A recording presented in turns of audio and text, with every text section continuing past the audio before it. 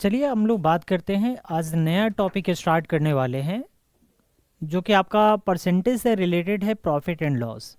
और profit and loss के पहले कंसेप्ट को समझते हैं, फिर उस पर क्वेश्चन बनाने की कोशिश करते हैं। तो सबसे पहला काम करते हैं कि पहले इसके कंसेप्ट को समझते हैं। तो प्रॉफिट एंड लॉस में सबसे पहली बात जो हमें समझना है, सॉफ्टवेयर का नाम है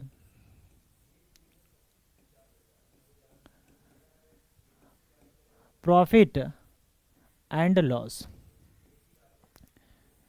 प्रॉफिट एंड लॉस का मतलब होता है लाभ एवं हानि।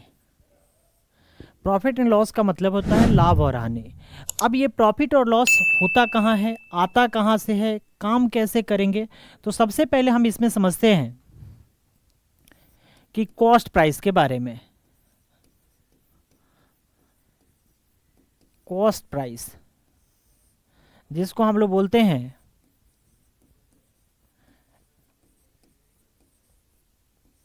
क्रय मूल्य। एक होता है आपका सेलिंग प्राइस। सेलिंग प्राइस जिसको हम लोग बोलते हैं विक्रय मूल्य।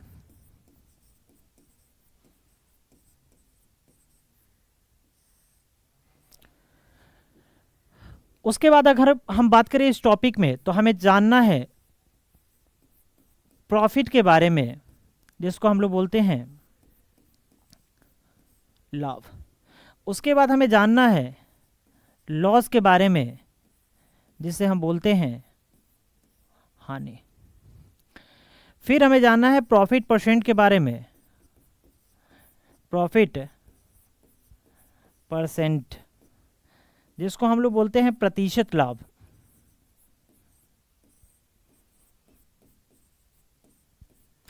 फिर हम बोलते हैं लॉस परसेंटेज, परसेंटेज प्रतिशत हानि।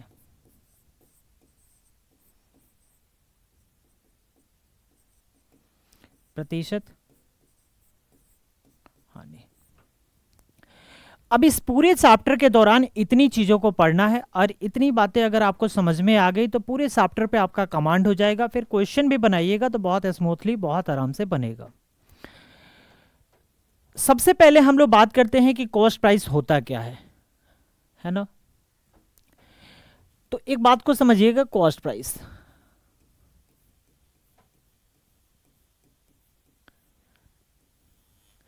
कॉस्ट प्राइस अगर मान लेते हैं कि अगर हमने किसी वस्तु को 100 रुपया में खरीदा,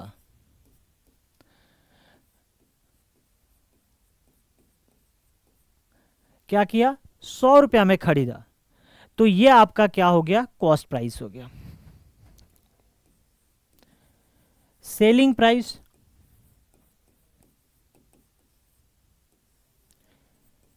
विक्रय मूल्य। अगर हमने किसी वस्तु को 80 रुपया में बेचा, तो जो खरीदने और बेचने के बीच की दूरी होती है, इसी को हम लोग कहते हैं प्रॉफिट या लॉस। तो सवाल ये खड़ा होता है कि खरीदने और बेचने के बीच की दूरी को अगर हम प्रॉफिट और लॉस कहते हैं, तो प्रॉफिट कब कहते हैं और लॉस कब कहते हैं? तो आप कहोगे बाबू कि प्रॉफिट तब होता है जब आपका सेलिंग प्राइस ज्यादा होता है कॉस्ट प्राइस से।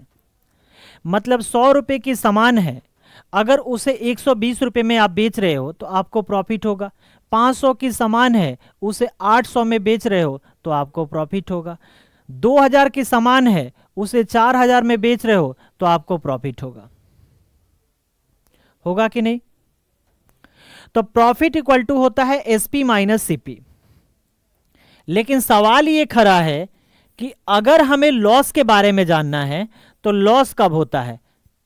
तो कह सकते हैं कि सीपी जो है वो ज्यादा होता है एसपी से, तो ऐसे केसेस में लॉस बनता है। मतलब कह सकते हैं कि हमने किसी सामान को 100 रुपया में खरीदा और उस सामान को हमने 80 रुपया में बेचा। 500 में खरीदा, 200 में बेचा, तो ऐसे कंडीशन में हमें क्या होता है, लॉस होता है।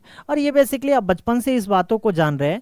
हमें इस चीज़ों को नहीं जानना है, जो हमें जानना है वो कहाँ से किस तरह से इम्प्लीमेंट करेंगे उस चीज़ों को। ये तो बेसिक फार्मूला होती है। मैं फार्मूला बता देते हैं कि अगर कैसे, अगर नहीं कुछ होता है, डायरेक्ट आपको समझ में नहीं आती है, तो आप ऐसे करके बना सकते हो। ऐसे केसेस में अगर हमें सीपी निकालना हो तो कह सकते हैं कि अगर एसपी में से हम प्रॉफिट को माइनस करें तो क्या मिलेगा मेरे भाई, सीपी मिलेगा। बट अगर हमें एसपी निकालना है, वैसे केसेस में आपको सीपी में किसको ऐड करना पड़ेगा, प्रॉफिट को ऐड करना पड़ेगा, तो जाके आपका क्या निकलेगा, सेलिंग प्राइस निकलेगा। ये तीनों बातें समझ में आ गई। आगे लॉस की बात होता है, तो लॉस के केसेस में अगर एसपी निकालना है तो सीपी में से आपको लॉस को माइनस करना पड़ेगा, वैसे केसेस में आपका एसपी निकल दे। अगर आपको सीपी निकालना है तो आपको क्या करना पड़ेगा, सेलिंग प्राइस में लॉस को ऐड करना पड़ेगा, तब जाके आपका निकलेगा सीपी। और इस तरह से हम प्रॉफिट और लॉस के रिगार्डिंग एसपी, सीपी, प्रॉफिट निकाल सकते हैं। अब सवाल यह है कि हमें इसी में जानना है प्रॉफिट परसेंट के बारे में। किसके बारे में जानना है, प्रॉफिट परसेंट के बारे में।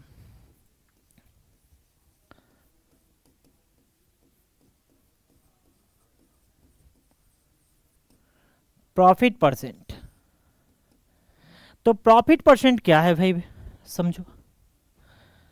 सबसे पहले प्रॉफिट परसेंट होता क्या है, तो कहिएगा कि परसेंटेज प्रॉफिट अगर निकालना होगा तो हम कह सकते हैं प्रॉफिट डिवाइडेड बाय सीपी और इनटू में क्या, 100। प्रॉफिट परसेंट निकालना होगा तो कह सकते हैं परसेंटेज प्रॉफिट बराबर profit divided by CP into क्या निकलेंगे, एसपी।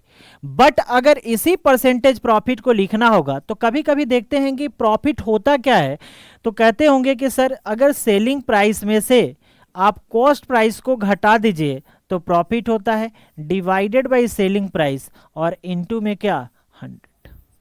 तो ऐसे केसेस में भी आप निकाल सकते हैं।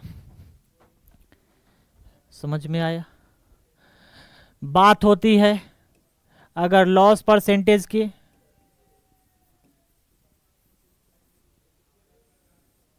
लॉस परसेंटेज की, तो लॉस परसेंट इक्वल टू होता है loss divided by CP into में क्या, 100। लॉस परसेंट इक्वल टू क्या होता है, loss divided by CP into में 100। जैसे आप कह सकते हो कि अगर सर हमें निकालना है लॉस के लिए, तो लॉस क्या होता है, एसपी माइनस सीपी। क्या होता है, लॉस होता है, वो होता है आपका CP minus SP divided by CP into में 100, that is called loss percent, है ना। अब एक बात और समझना है,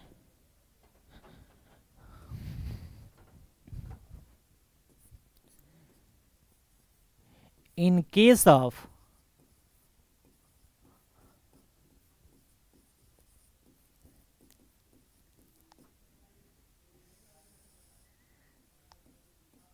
in case of profit, in case of profit जो होता है हम कह सकते हैं, अगर इन केस ऑफ प्रॉफिट में हमें पहले एसपी निकालना है तो कह सकते हैं एसपी बराबर सीपी इंटू 100 डिवाइडेड बाई, अगर हमें इन केस ऑफ निकालना है, अगर हमें निकालना है इस तरह की चीज़ है तो हम कैसे कर सकते हैं, पहले इस बात को समझते हैं, है ना।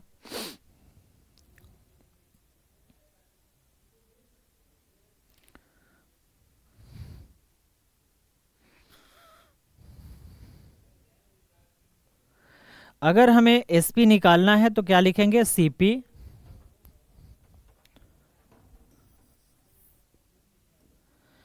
CP into 100 plus percentage profit divided by 100। In case of profit, profit के केस में ऐसे होता है।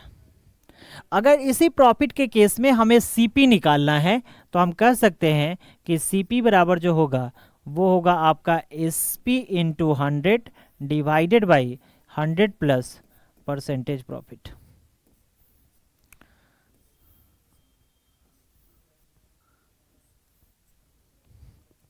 है ना। आगे अगर हम बात करें,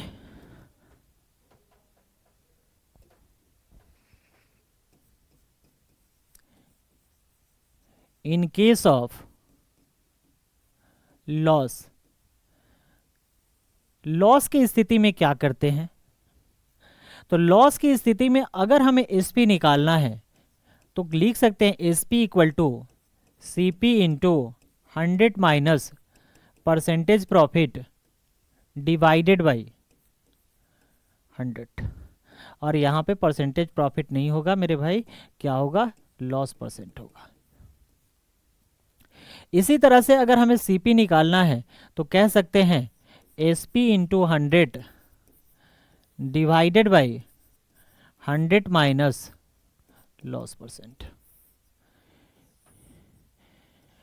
अब ये सारे के सारे आपके फॉर्मूला हैं। अब इस फॉर्मूला के रिगार्डिंग हम लोग किसी भी क्वेश्चन को बना सकते हैं, पहला चीज। दूसरा चीज, जब क्वेश्चन बनाने जाइएगा तो हमेशा कॉम्पिटिटिव एग्जाम में आपको ध्यान देने की चीजें हैं।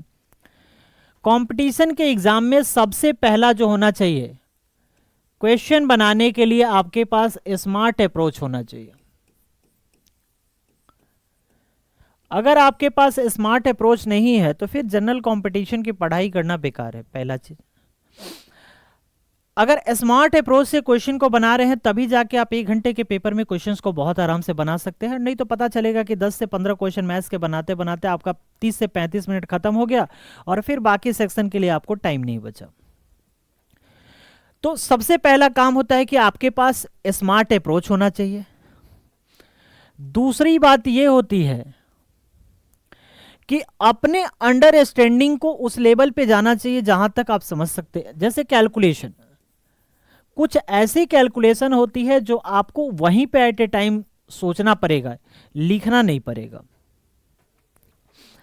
तीसरी बात, आपके जहन में ऑप्शन होनी चाहिए, क्योंकि एग्जाम में अगर ऑप्शन रहता है तो हमें ऑप्शन को भी टारगेट करना पड़ता है कि टारगेट अगर ऑप्शन को कर रहे हैं तो फिर क्वेश्चन बनाना ना आपके लिए आसान होता है ना। और कोशिश करना है कि इन सब चीजों के लिए कहीं ना कहीं हमें केयरफुल होकर क्वेश्चन पढ़ने की जरूरत है, क्योंकि सच्चाई यह है कि हम लोग क्वेश्चन बनाना सीखते हैं, क्वेश्चन पढ़ना नहीं सीखते हैं। और जब तक क्वेश्चन पढ़ने नहीं आए ना ढंग से, तब तक क्वेश्चन आप नहीं बना सकते हो। पहली बातें होती है कि क्वेश्चन अगर ढंग से पढ़ रहे हो तो क्वेश्चन के आपके तरीके पता चलता है कि क्वेश्चन में पूछा क्या गया है। आप एक प्रोसेस से एक क्वेश्चन बनाओगे, क्या दूसरा क्वेश्चन उसी प्रोसेस से बनेगा जब थोड़ा सा चेंज कर दे? तो हमें क्वेश्चन बनाने के तरीके को पता होना चाहिए। क्वेश्चन पढ़ना बहुत जरूरी है। क्वेश्चन अच्छे से पढ़ो, अच्छे से पढ़ने के बाद उसमें आप अपना तरीके को अपनाओ, कैलकुलेशन लेवल को बढ़ाओ, कैलकुलेशन लेवल के बाद ऑप्शन को ध्यान में रखो, ऑप्शन रख के फिर सेटिस्फाइड करने की कोशिश करो और फिर जाके आपका स्मार्ट तरीके से सारी चीज बनने शुरू हो जाएंगे। कोई दिक्कत है तो बताइए। इस तरह से कोई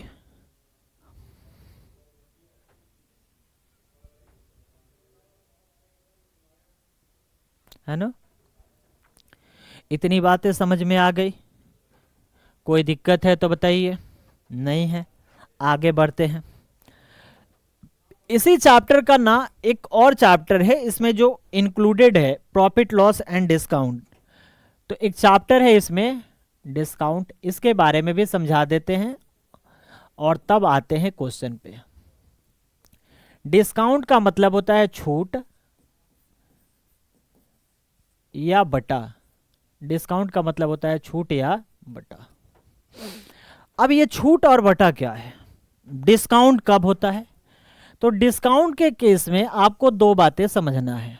पहला बात एमपी या एमआरपी, एमआरपी, और एक समझना है selling price.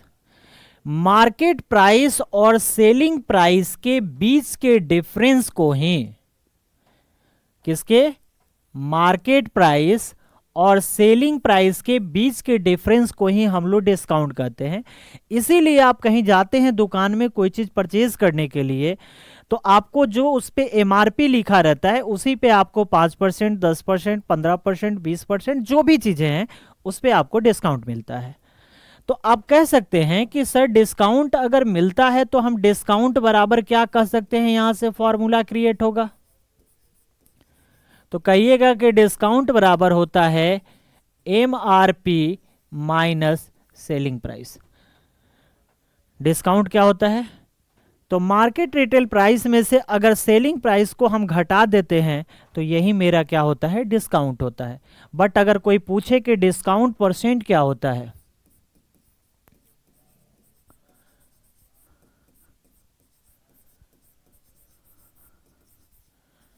Discount percentage, discount प्रतिशत, छूट प्रतिशत, तो डिस्काउंट परसेंट के लिए हम लोग लिखते हैं discount divided by MRP into में 100।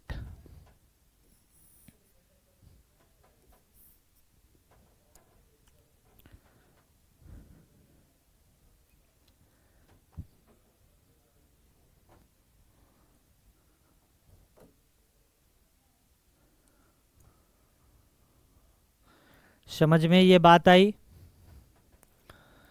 इसमें कोई दिक्कत है तो मेरे भाई बताइए। लो, नहीं है। अब आप एक डिस्काउंट के रिगार्डिंग एक और बात को समझिए।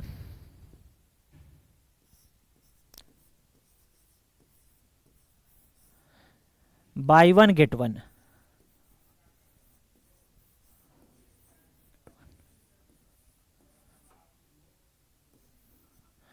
By one get one, flat discount, flat discount, है ना। इन सब चीजों का जिक्र भी हम लोग करते हैं।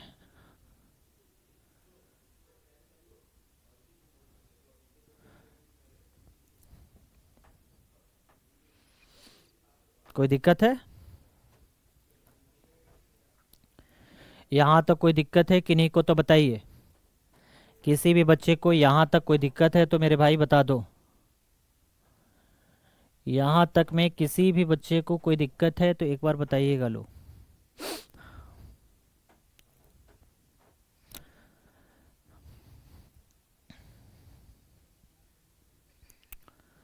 है ना।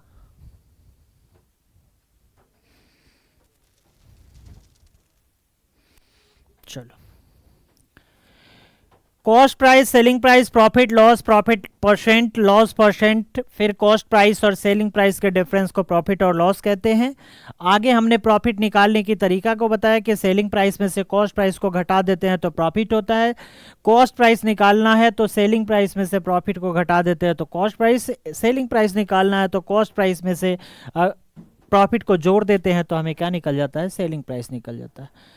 अगर लॉस निकालना है तो सीपी माइनस एसपी होता है, एसपी निकालना है तो सीपी माइनस लॉस होता है, और सीपी निकालना है तो एसपी में लॉस को जोड़ देने से क्या निकल जाता है, आपका सीपी निकल जाता है। तो ये बात सब लोगों को समझ में आ गया होगा मेरे देखने से। आगे अगर हम बात करें तो प्रॉफिट परसेंट जो होता है, परसेंटेज प्रॉफिट बराबर होता है profit divided by CP into 100, और परसेंटेज प्रॉफिट बराबर होता है SP minus CP divided by CP into 100। इस तरह से भी कर सकते हैं। साथ ही साथ लॉस परसेंट निकालना है तो लॉस परसेंट बराबर होता है loss divided by CP into 100 और CP minus SP divided by CP into 100। यहां तक किन्हीं को कोई दिक्कत है तो बताइए।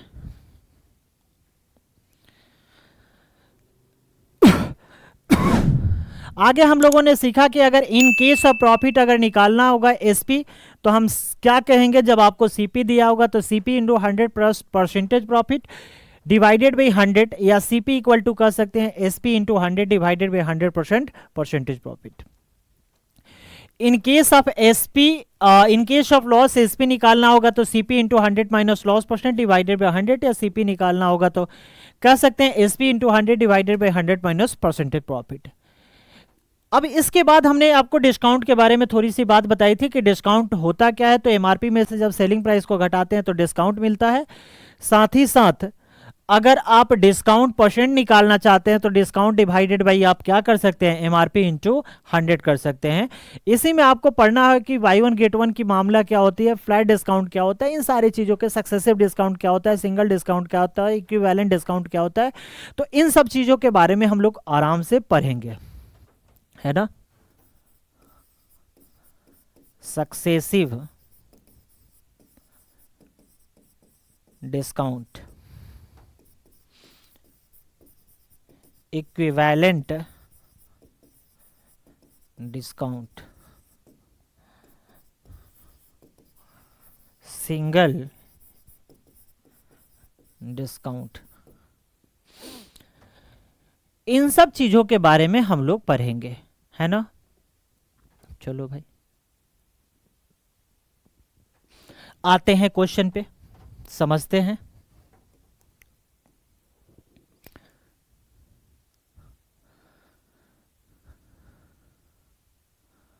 चलो, बोला गया है कि एक अलमीरा के विक्रय मूल्य को दोगुना किया जाता है। एक अलमीरा के विक्रय मूल्य को क्या किया जाता है, दोगुना किया जाता है, और लाभ को 3 गुना कर दिया जाता है। और लाभ को कितना गुना कर दिया जाता है, 3 गुना कर दिया जाता है ना।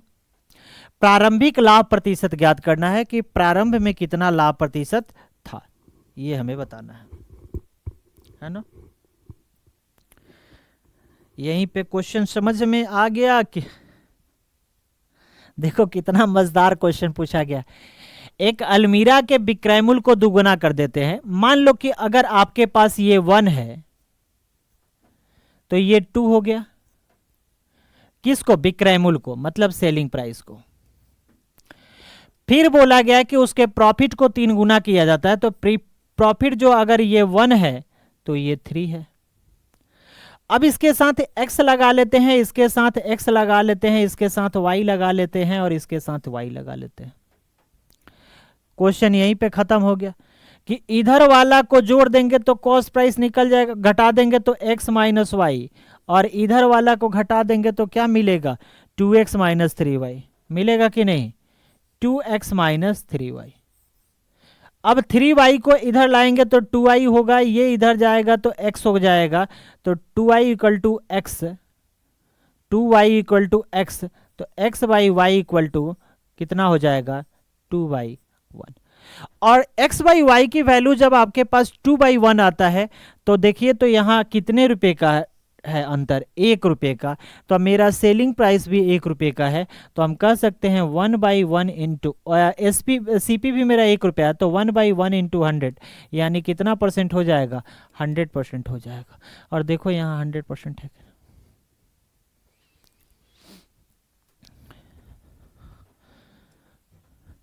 समझिएगा, बोला गया है कि एक आदमी 8 संतरे 40 रुपया में बेचकर 20% का नुकसान करता है। 8 संतरे 40 रुपया में बेच करके कितने परसेंट का नुकसान करता है, 20% का नुकसान करता है ना। तो उसे 30 रुपया में कितने संतरे बेचने चाहिए ताकि वो 20% का लाभ कमा सके, है ना। क्या करे, 20% का लाभ कमा सके। तो अगर हम ये बोले कि मेरे पास प्राइस देखो यहां पे, अगर हमें मेरे पास प्राइस है कितना रुपया, 40 रुपया में, क्वांटिटी है कितना 8, और कितने रुपए का नुकसान करता है, तो 20% का नुकसान करता है, मतलब 80। अगर ये बोला गया तो 30 रुपया में उसने कितने संतरे बेचे, 30 रुपया में कितना संतरा बेचे नहीं पता है, कि उसे 20% का क्या हो, प्रॉफिट हो। तो 30 चौका 120, 4 के टेबल से कितने बार में, 4 के टेबल से कितने बार में, 20 बार में। 8 के टेबल से कितने बार में मेरे भाई? 8 के टेबल से 5 बार में, और 5 चौका 20, यानी Q2 की जो वैल्यू होनी चाहिए वो कितनी होनी चाहिए? 4 होनी चाहिए। और ऑप्शन में जहां 4 दिया होगा वो आपका आंसर होगा। ऑप्शन में जो आपका 4 दिया होगा यानी क्वांटिटी, ये ऑप्शन होगा। गुड मॉर्निंग संदेशी कुमार, है ना। अगर हम बेसिक से बनाते हैं तो 8 संतरे का हमें कॉस्ट प्राइस निकालना है। तो 8 संतरे का कॉस्ट प्राइस देखे हैं तो 40 इंटू में कितना? 8 डिवाइडेड बाई कितने परसेंट का हो रहा है नुकसान? तो उसे 20% का नुकसान होता है। तो हम डायरेक्ट ऐसे भी तो लिख सकते हैं, 40 इंटू 100 डिवाइडेड बाई 80। 2 के टेबल से 40 के टेबल से 2 बार में यानी 50। 8 संतरे का आपका कॉस्ट प्राइस जो हुआ, 8 संतरे का कॉस्ट प्राइस जो हुआ वो 50 रुपया हुआ कि नहीं? अब इस पे 20% का प्रॉफिट कमाना है तो बताना है कि कितने में बेचा जाए भाई, जब उसका रेट कितना है? 30 है। अब देखो भाई यहाँ पे कितने परसेंट का प्रॉफिट कमाना है मेरे भाई? तो 20% का प्रॉफिट कमाना है। तो क्या कर सकते हो 20% के प्रॉफिट कमाने के लिए? तो 50 का सामान है, 100 रुपया उसका कॉस्ट प्राइस है, 20% का प्रॉफिट पे कर रहे हैं तो 50 दूना 100 यानी कितना हो गया? 60 हो गया। अब इस वस्तु का हमें क्या करना है? अगर उतने 8 वस्तु को अगर बेचा जाए 30 रुपया में तो कितना? तो देखिएगा 8 इंटू 30 डिवाइडेड बाई कितना? 60। 30 दूना 60, 2 के टेबल से कितने बार में? 4 बार। लेकिन ये आपको प्रोसेस से गुजरना पड़ेगा, और यहां हम आपको एक फॉर्मूला लिख देते हैं, समझ में आ जाएगा। ध्यान से समझिएगा, लो अलग पेन से लिख देते हैं, समझ में आ जाएगा। यहां पे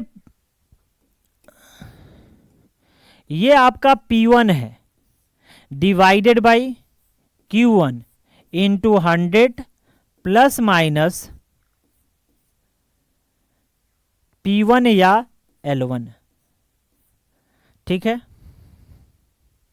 इक्वल टू यहां P2 डिवाइडेड बाई यहां पे Q2 100 प्लस माइनस P2 या L2। बस ये बात। अब यहां समझना क्या है बाबू कि P1 P2 P3 क्या है? ये P1 जो है वो प्राइस 1 है, प्राइस 1। P2 जो है वो प्राइस 2 है। Q1 जो है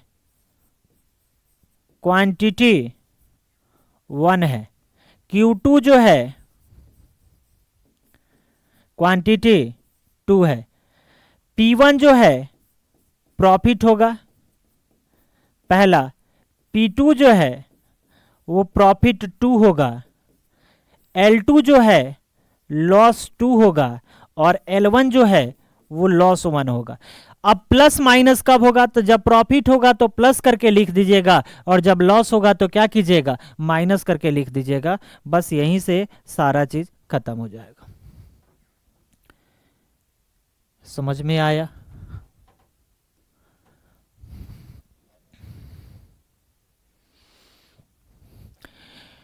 एक व्यक्ति ने कुल 50 पैकेट चिप्स और बिस्किट खरीदने पर 273 रुपये खर्च किए, ठीक है। यदि प्रत्येक चिप्स पैकेट की कीमत 6 रुपये और प्रत्येक बिस्किट की कीमत 5 रुपये है तो उसने चिप्स पैकेट की तुलना में कितने अधिक बिस्किट पैकेट खरीदे? यही है, देखो इसका कितना है 6, तो 6 पचे कितना?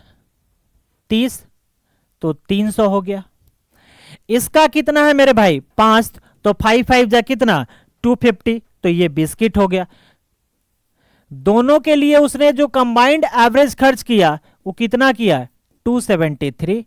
यहां से यहां का अब अंतर देखना है, यहां से यहां 23 का अंतर है, और यहां से यहां जो है वो किसका अंतर है? 27 का अंतर है। कितने का अंतर है? 27 का अंतर है। तो हमें पूछा क्या गया है?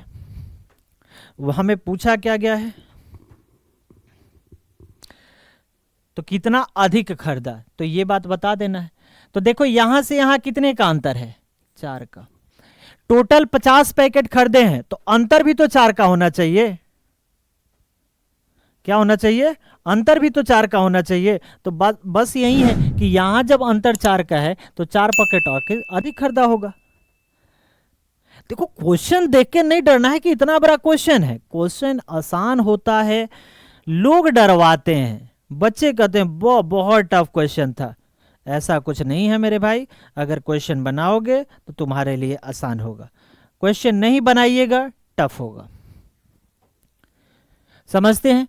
एक व्यापारी 3 प्रकार के सेब 50 रुपये, 40 रुपये और 30 रुपये के प्रति किलोग्राम की दर से खरीदता है। वह इन्हें वजन के हिसाब से 2, 4 और 9 खरीदता है। 2, 4 और क्या खरीदता है, 9 खरीदता है। तो ध्यान देना है, 50 रुपया में 2 केजी खरीदा होगा तो टोटल पहले निकाल देते हैं। तो 50 रुपया में 2 केजी खरीदा होगा तो कितना, 100 प्लस 40 रुपया में 4 तो 4 चौक का 16, 160 और प्लस 9 में 3 मतलब 29, 27, 200 कितना 70। तो 200, 100, 300, 100, 400, 500, 530 कितना खरीदा, टोटल कितना लगा 530।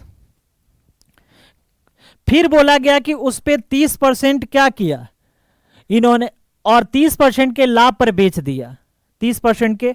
तो बताइए कॉस्ट प्राइस इतना है किसी चीज का, 30% के लाभ पर बेचा मतलब 130 बटा कितना 100, 0 0 0 0, 13 तिया 39 का 9 कैरी किया 3, 13 पचे 65, 66, 67 कितना हो गया 679।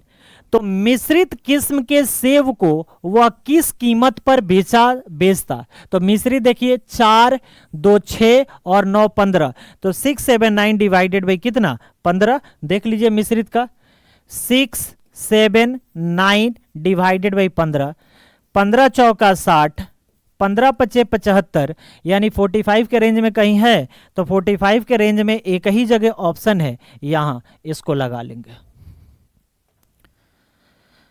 इससे आसान क्या ही कर सकते हैं, इतनी आसान क्वेश्चन आती है एग्जाम में।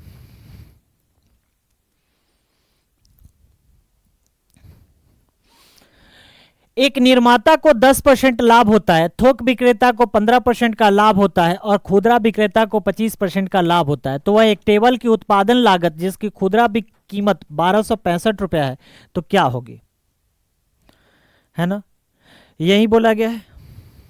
सब प्रॉफिटे पर बेचा है तो छोड़ देते हैं। तो प्रोडक्शन कितना है नहीं पता है, देख लो 10% का प्रॉफिट होता है, 1/10 मतलब 11 बटा कितना हो जाएगा 10 हो जाएगा। 15% का प्रॉफिट होता है 3/20 मतलब 23 बटा कितना हो जाएगा 20 हो जाएगा। और फिर आपको 25% का प्रॉफिट होता है 1/4 मतलब कितना हो जाएगा 5 बटा कितना हो जाएगा 4 हो जाएगा। और सबका कितना दिया गया है 1265 है ना। आते हैं इससे 11 के टेबल से, 11 एकम 11, एक 12 हो गया, 11 एकम 11, 11 पचे 55। 23 के टेबल से कितने बार में 23 पचे 115, 5 के टेबल से ये 5 बार में कट गया, x बराबर कितना 200 चौका कितना 800, x बराबर कितना 800, 800 रुपया कहीं दिया होगा, ये आपका आंसर। समझ में आया? किसी भी प्रकार का कोई दिक्कत है तो बता दीजिए। चलो भाई,